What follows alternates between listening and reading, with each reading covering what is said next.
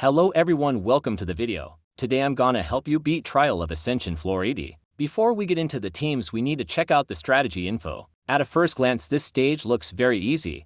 In reality, it is actually one of the more difficult stages in TOA. There are many reasons for this, but for me to be able to explain it to you, I would need to go over some of these units. First off, let's talk about Artemil. His first skill has a chance to remove beneficial effects off of your allies. His second skill will heal and place a defense buff on him or any of his allies, which can cause the fight to take way longer.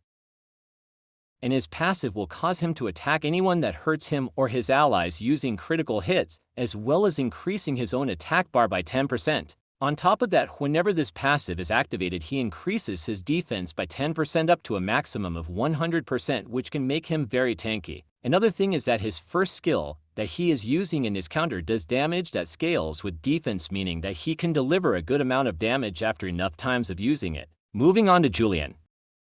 His passive makes him very hard to kill. He will cleanse himself of any debuffs whenever he moves.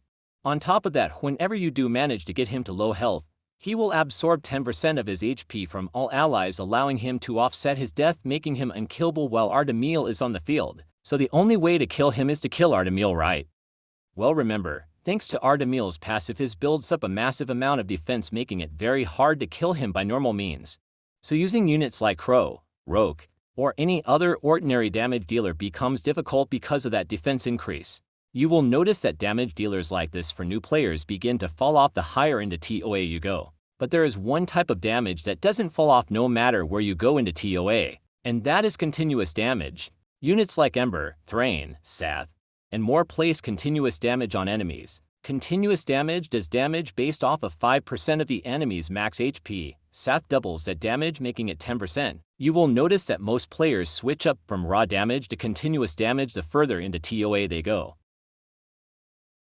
So I recommend investing into some units that apply dots. So when it comes to making our team, let's try and use some units that apply dots to help us beat the stage.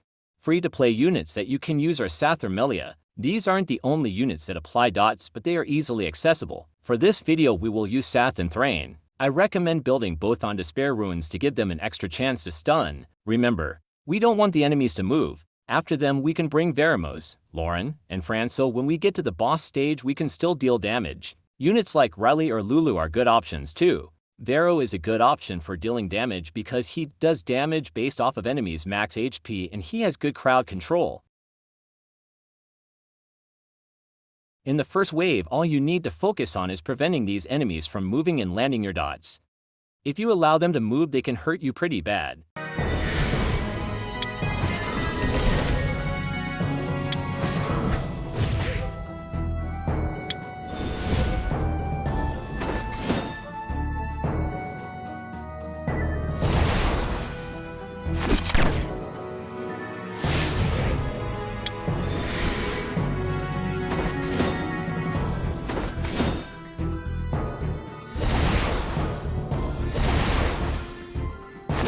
As you'll see here, an enemy slipped through and one attack brings my Veramos to low health. If this happens, don't worry, you can bounce back.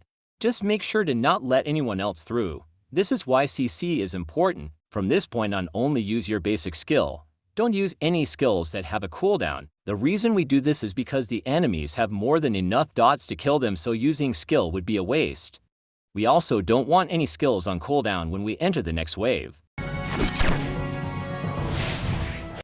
In this wave, we will do the same thing as wave 1, but we need to make sure the Light Death Knight Conrad doesn't move because he could mess everything up.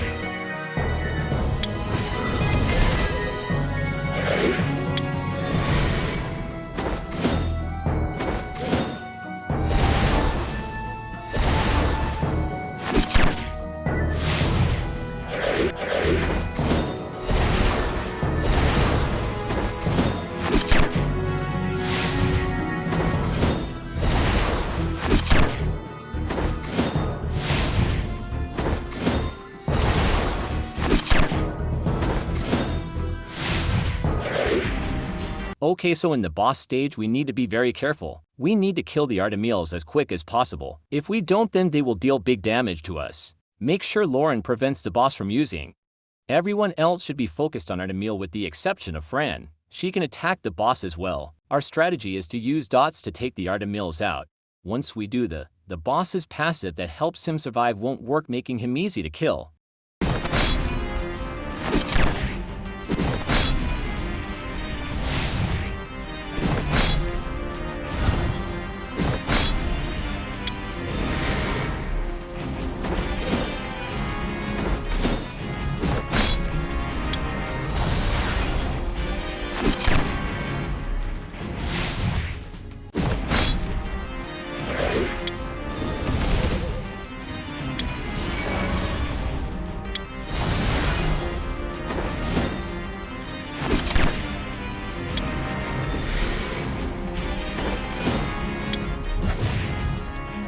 Now we can aim for the boss and win.